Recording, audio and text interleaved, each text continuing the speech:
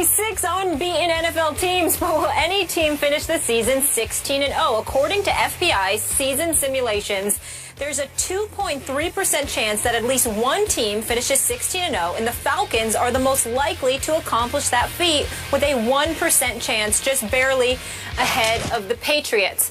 Stephen A. Smith, are the Falcons over or underrated? Well, they're overrated if you're talking about them going 16-0, because I think that's just ridiculous. I don't think a team that ranks one of the worst pass defenses in the game of football, I think they're ranked 30th, is going to be able to deliver the goods for you in terms of an undefeated season. But this was my pick to win the NFC South, and I stand by it, although I am pleasantly surprised by what I'm seeing in Carolina, particularly with my man Cam Newton. I'm very proud of him. But I look at the Atlanta Falcons right now. They are 4-0 on this season.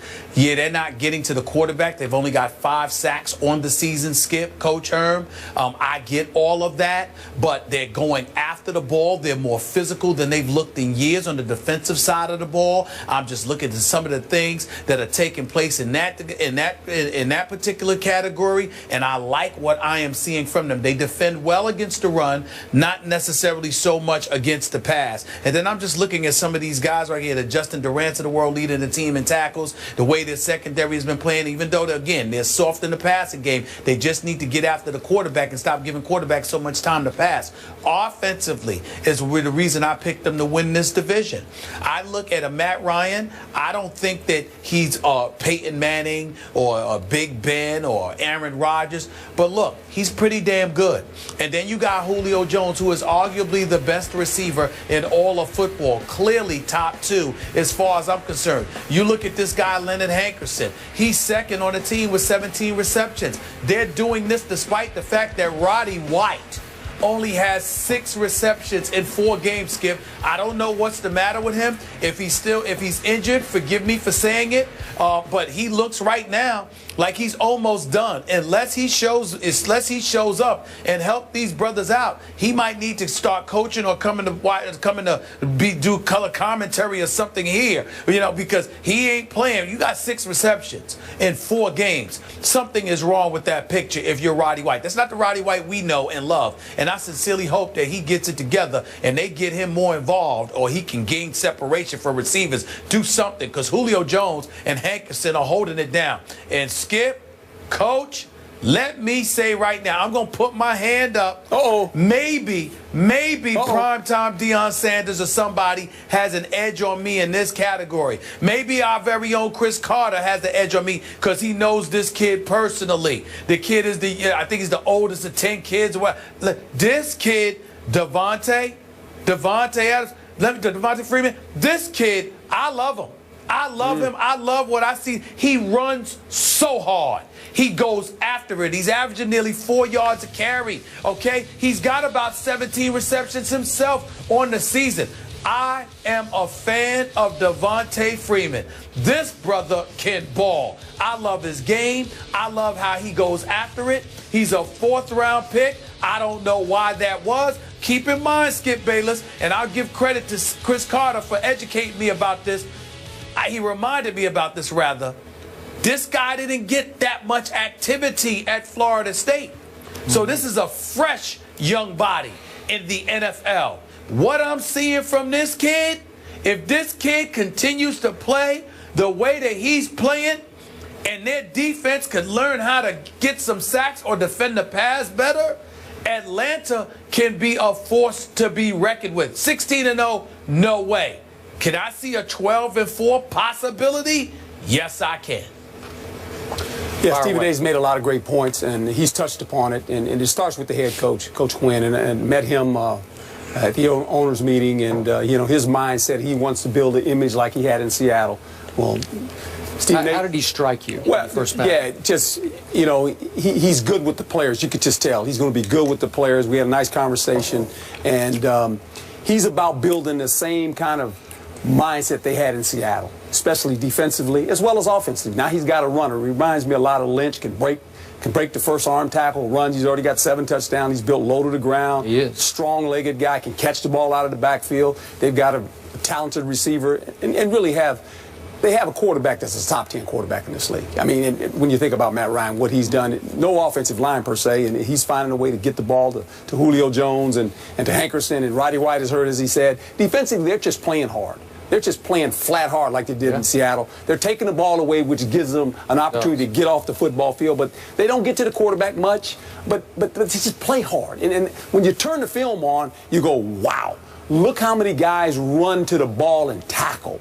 Well, I'm going to tell you something. When you watch the film, you're the opponent watching that, you're going, hey, boys, we better get ready for this now. You know, and because you look at the numbers, they're not a top 10 defense.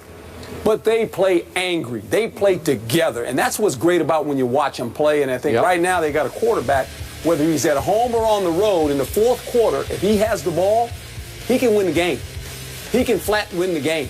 The game's not too big for Matt Ryan. You're on the road or at home. In the fourth quarter, and that's what you want. You want a quarterback that has potential of saying, we need a score. He can do it. But he does have a big stud receiver that he completely trusts under any pressure situation. No doubt. I'll just throw it in that direction, and that guy's going to snatch it. Smart. And run with it. That's a smart decision. Well, I get that.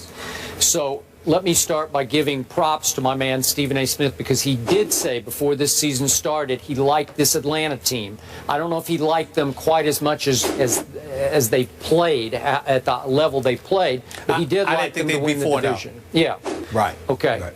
So now let's get back to overrated, underrated. If I just take this Falcons team in a vacuum and just put them by themselves and say how good a football team this is, it's overrated.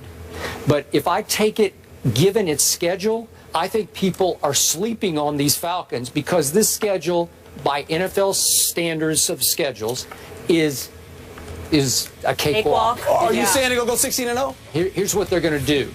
They're going to go 14-2, or maybe 15-1. I give them an outside shot at 16-0 just because it looks to my eye, knowing what I know to this point, the quarter way through the season, it looks pretty easy given the fact they've got Carolina at the end of the year, home and away, with 1 week in between them.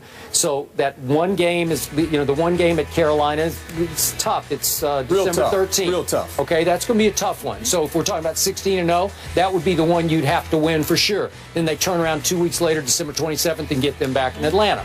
Those are the two hardest games to my eye left on the schedule. Now, Stephen A. thought also that the Indianapolis Colts were going to get to the Super Bowl. They have the Colts in Atlanta. Are the Colts going to turn back into that Super Bowl contender? I don't think so. Doesn't look like it. Okay, so we can dismiss that game. All right, here's why I say they're overrated. And look, Dan Quinn, to your point, he may turn into the next star coach in this league, because I look back at what he did. He was 2 years the coordinator in Seattle. Both years they went to the Super Bowl. That's right. They won one, and they very easily could have won the second one, right? Okay. And now he's 4-0 as a first-time head coach in the National Football League. Oh, that's pretty great.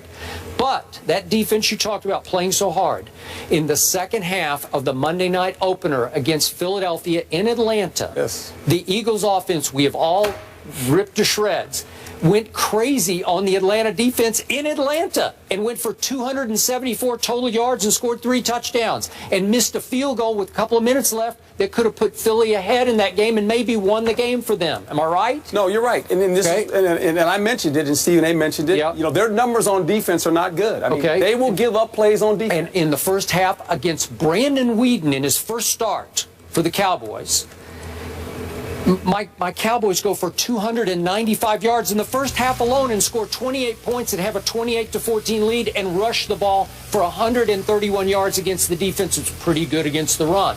We ran wild on them in that game, and in the second half, they shut us off cold. They turned that faucet off and tightened it because we went backwards. I think we had a -4 yards rushing in the second half. So it's playing hard. It's making halftime adjustments by a coordinator in Dan Quinn who really knows what he's doing. But I can show you two halves that say they're overrated until I look at the schedule and I say, well, who's going to beat this team? This team is on track to wind up with 2 home playoff games to get to the Super Bowl. Am I right about that? Well, we just pump our brakes. You know, I've been in this league long enough and watched it long enough.